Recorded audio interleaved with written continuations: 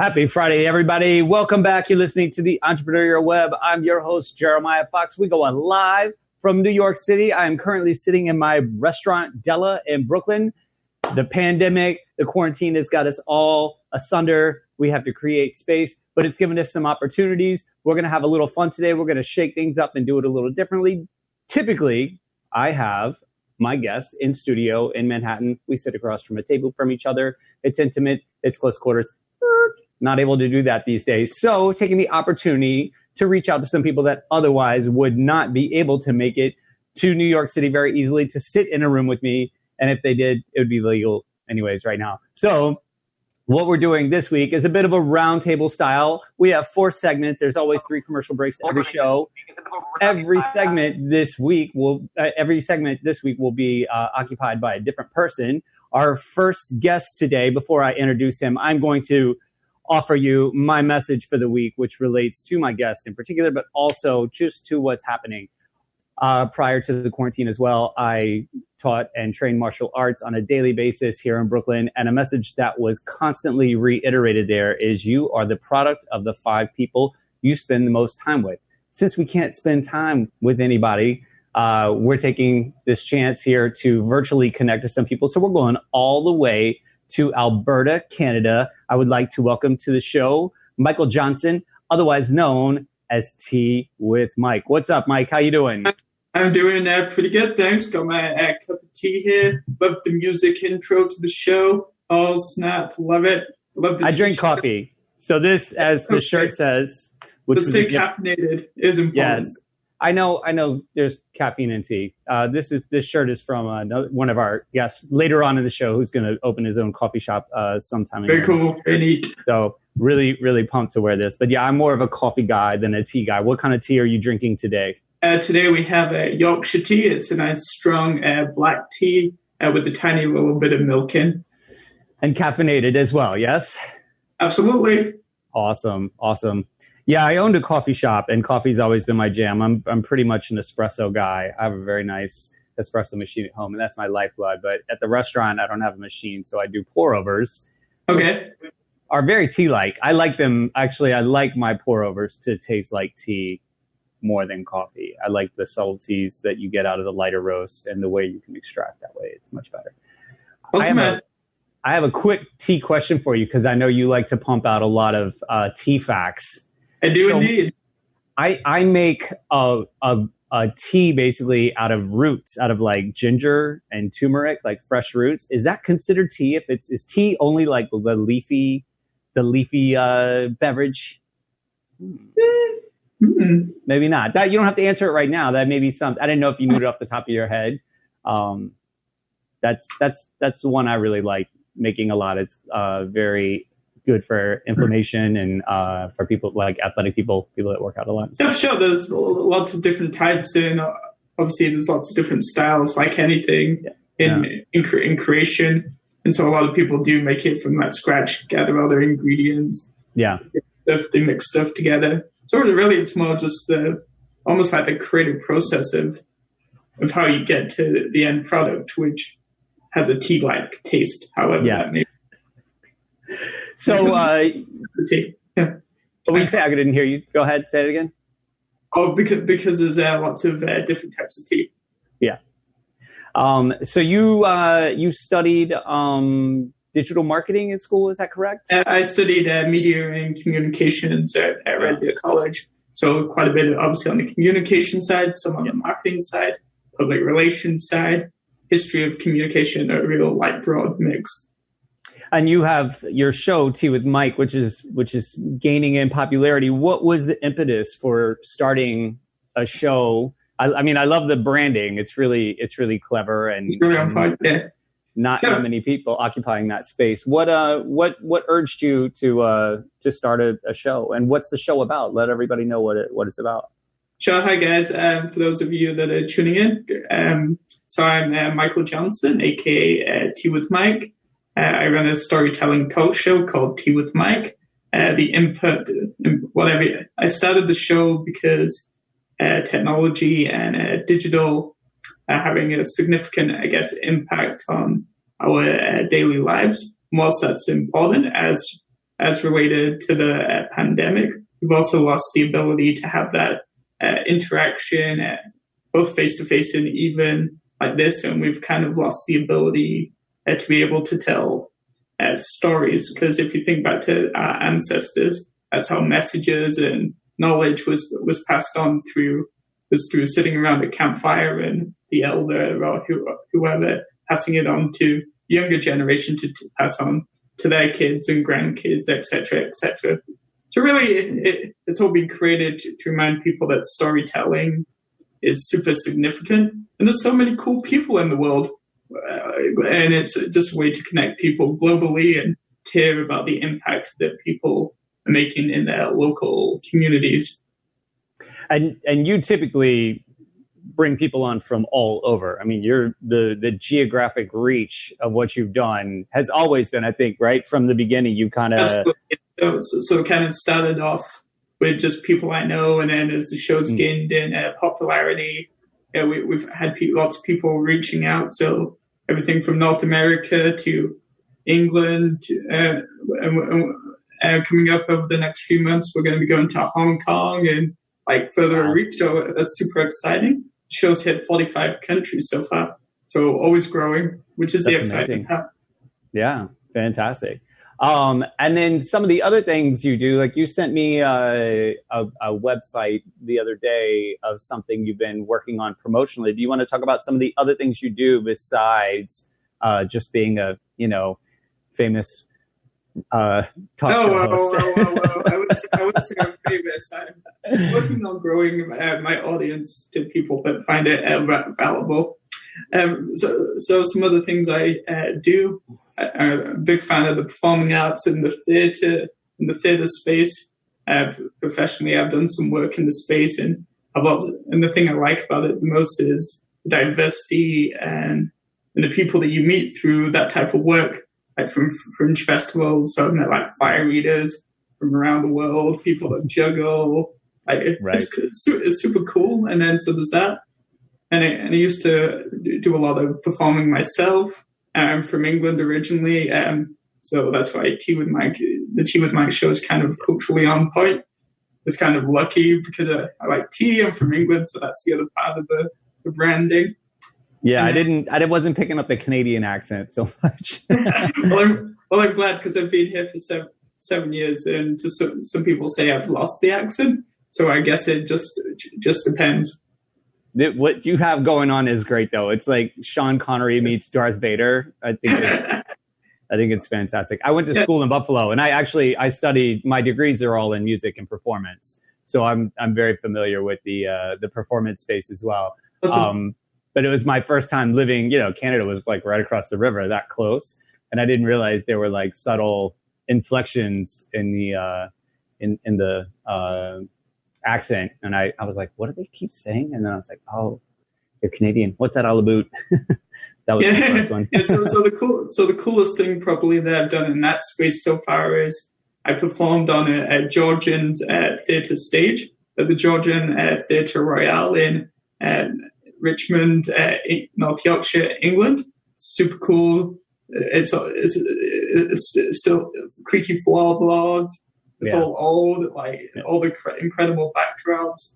You're sitting in like the Queen Victoria box, and it's just a really cool, neat space. So that's pretty cool. Fantastic. And then in terms of some of the promotional stuff you've done, like actually using your degree, and like not all of us get to do that. So it seems like you've actually executed on that a little bit. Do you want to tell everybody a little bit some of the side things you have going on? So for context, just graduated the 2-year program. Like, let me just look at my graduation certificate. June. So, that's the wrong one. That's the other one. Oh, so July 4th, 2019 was the official graduation date. And because employment opportunities with everything that are going on in the world right now are really tough, kind of tried to, with some influence from my parents, tried to start devising ways that I could be learning these skills on my own accord to eventually, hopefully, apply it to a real job, or maybe not to a real job. So I also just recently started doing promotions for a brand called rebootme.online. So people can check that out on Facebook and Twitter right now, or rebootme.online. It's the website. And the whole point of it, it's all about thinking differently, and through the content that's on the website in design, travel, technology, a little bit on sustainability, lots of different interesting topic areas. And the main purpose is to really like inspire people and to like kickstart their day, and just bring a different perspective on content you may not necessarily see on your average Google search, kind of filtering out the noise of the internet. That was, when you sent that to me, that was kind of the fascinating thing to me. And that's when I was like, all right, I really want to center a show around this, because right now people need that. People need to rethink everything, the digital outreach. And for someone like you who's really entrenched in it, for me, I've been running brick and mortar businesses in the same neighborhood for like 15 years. And which is a great accomplishment in itself, that you've managed to make it to 15 years, because as you know better than I do, a large percentage never make it. Yeah, and they all have them in the same business, but just some have gone. I've lost some for sure. I've sold some, but the digital, it was so super locally hyper-focused that I never had any experience with digital outreach. So now people like me are looking to people like you. It's very inspirational in terms of this is a possible approach. And it was funny because I was getting pushed in that direction a little bit recently. And then, March was like, wow. And it was like, okay, now you need to. You have to. But I was already on the path a little bit, like just getting my toes wet. And I was like, whew, I'm glad I had at least, like for me, I've been doing this show for about 9 months, and I was kind of like the same thing, just kind of pushed into it. It was to highlight really awesome things that were going on, especially around where I live, and in Brooklyn and New York City in particular, and other hustlers. And now it's turned into something much bigger, but it was the same idea, I think, as kind of what you started it for.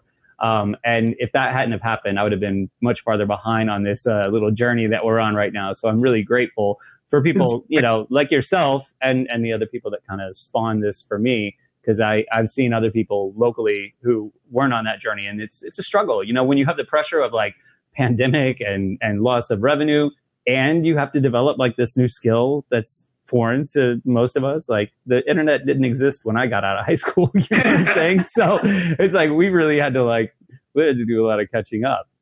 Do you have any advice for people particularly people in that situation where maybe they're a little older or just have not been participating in the way that would have been really beneficial right now, to just help them kickstart getting their feet wet with digital outreach, the ability to tell their story, which is a big component, I think, for any business right now? Sure. I'll keep it real brief for the flow of the show, but thank you. Just kind of number one, start. If it's in your mind, write it down on a piece of paper. To kind of figure out what the best kind of medium is. Are you better at video? Are you better at written? Are you better at just the audio portion? Because I'm not the greatest on video. I'm getting better, but there's some people that have got great voice and great tone that people will instantly like switch on to, and they should start a podcast like straight away. So figure out where your strengths lie and then use them. 3, make sure be consistent, do it every day, because it'll take a long time to see any progress, but you need to do it every day, otherwise you're wasting time. And then I guess finally, kind of ignore lots of people are going to have different thoughts on different directions that you should go into. They may leave some negative comments, and that can take on a variety of different forms and contexts. If you don't think it's relevant to what you're doing, just ignore it and just keep working towards your goal. And then it's kind of like a magnet. It's almost like you alluded to at the start. You're kind of the product of the five people that you spend the most time with.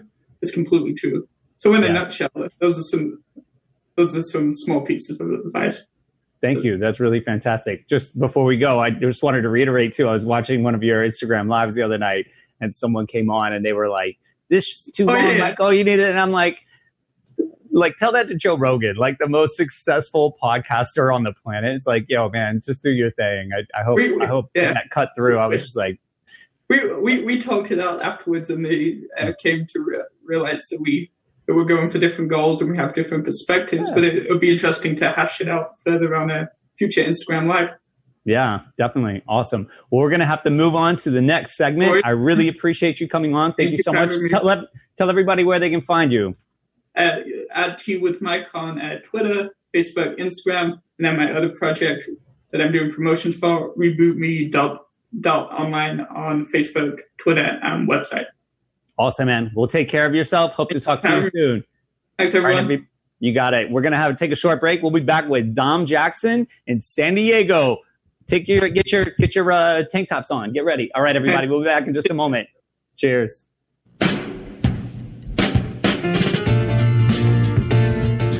You're listening to the Talking Alternative Network.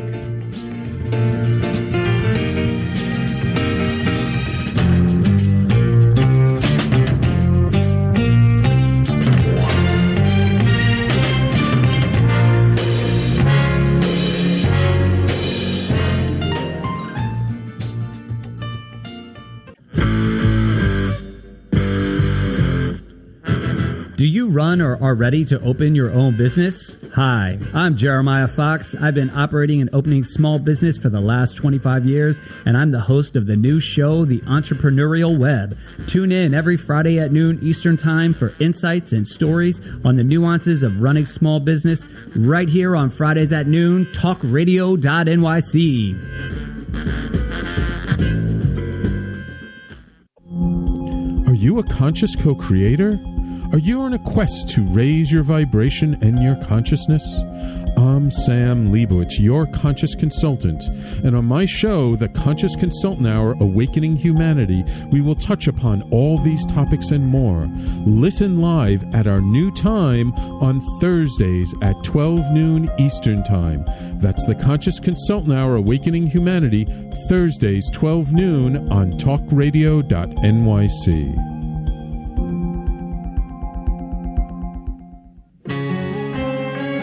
Talking Alternative Radio, 24 hours a day.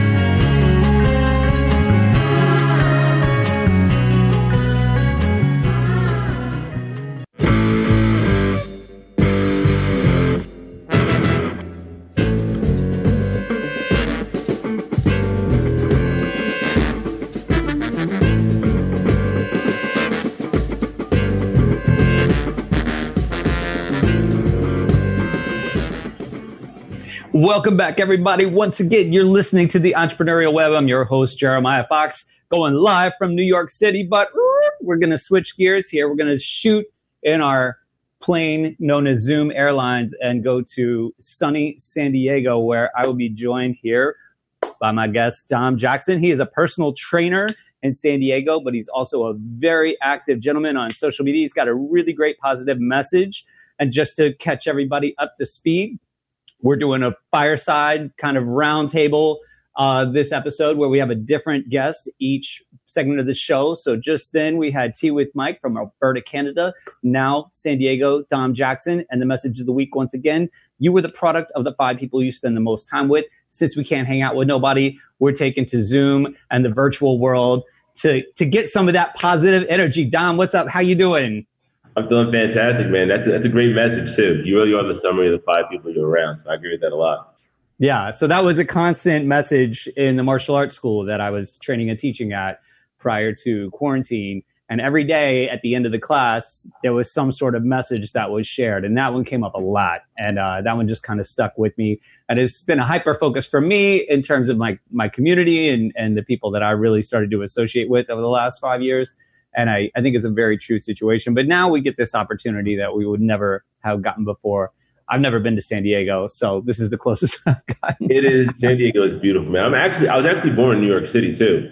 Oh, dope. Yeah, nice. I was born in the Bronx. So nice. I moved to San Diego last year in January. And I think I'm a West Coast boy at heart, not going to lie, man. Gotcha. So were you in New York City that whole time, or did you move around a bit? So I was born in New York City in the Bronx, and then I moved to New Jersey, to South Jersey when I was 13. So I lived there from 2008 to 2019. And I moved here. So I've been here for a year and some change. Wow, almost like 15 months now. But yeah. So I've been, like, I'm still an East Coaster at heart, but, you know, California sun is getting to me, man. I'm loving it over here. I'm not going to lie. That's funny. I knew there was something I liked about you. So I was like, this guy, he's different than those San Diego people I know. Yeah, there's a lot of East Coast heart in here. It didn't go away. That's awesome. Very cool. Very cool. So tell everybody a little bit about yourself. First of all, what are you drinking? Tea or coffee? It looks like tea. I'm drinking tea at the moment. What kind of tea? We just had tea with Mike on, and he asks everybody that when they come on his show.